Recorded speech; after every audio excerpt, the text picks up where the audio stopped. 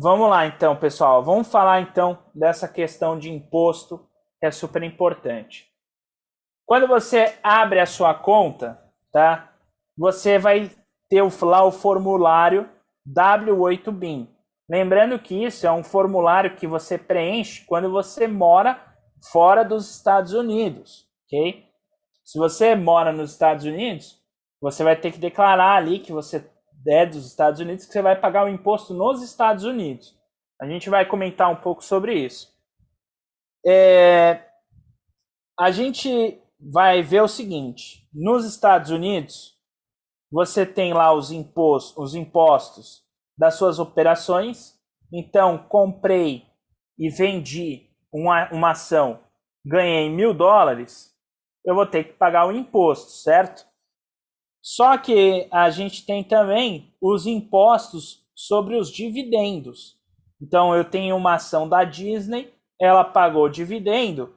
Esse imposto aqui, que geralmente ele é na faixa de 30%, ele já é cobrado direto na fonte, que é o que a gente chama de withholding tax, né? Então, esse imposto ele já é cobrado direto na fonte, você não vai ter como fugir dele. Então, você mesmo sendo brasileiro, você vai acabar pagando o imposto de dividendos nos Estados Unidos. Agora, imposto de compra e venda de ações futuros, você não vai pagar nos Estados Unidos e vai pagar no Brasil, ok? Importante ressaltar isso. E para isso você tem que ter o seu W8BIM em dia, tá? Porque todo ano lá você tem que fazer uma assinatura nova no W8BIM falando que você não está morando nos Estados Unidos. Por quê, pessoal? O W8BIM, vocês vão ver que tem lá tem um trecho no W8BIM que ele vai perguntar para você o seguinte: quanto tempo durante 3 anos você passou nos Estados Unidos? E é o cálculo que vai para a Receita Federal.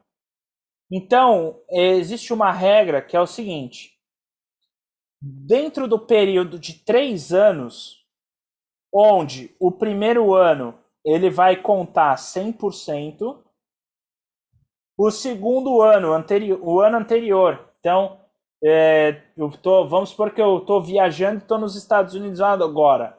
Esse ano ele tá ali colocando os dias 100%. No ano passado, ele vai pegar 1/3. E 2 anos para trás, ele vai estar pegando 1/6. Então, o que isso significa? A soma dessa quantidade de dias que o cidadão passa nos Estados Unidos não pode passar de 180 dias. Se passar de 180 dias, você é obrigado a pagar imposto nos Estados Unidos, que é o IRS. Você vai ser obrigado a pagar lá. Muita gente não sabe disso, né? A não ser quem mora aí nos Estados Unidos e já foi assessorado por algum advogado, algum contador, ele já esclareceu isso para as pessoas. Mas às vezes a gente vê muito turista aí que não sabe disso. Porque quando você chega nos Estados Unidos, é comum, né? Quando você chega lá, pela regra de imigração americana com a brasileira, você tem o direito de estar 180 dias quando você carimba o seu passaporte na entrada nos Estados Unidos. E você pode ficar 180 dias sem problema nenhum.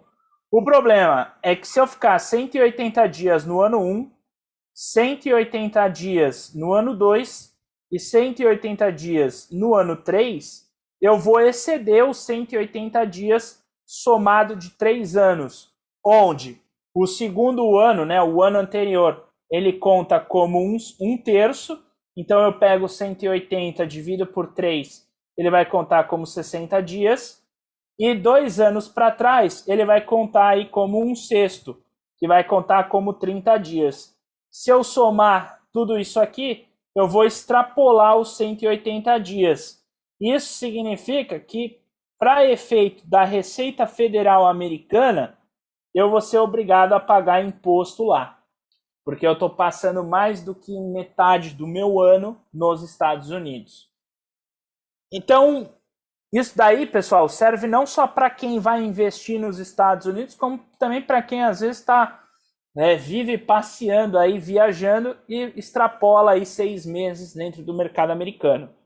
Então, pela conta, a gente diz o seguinte: para você não extrapolar os 180 dias, o ideal é você estar sempre aí 120 dias.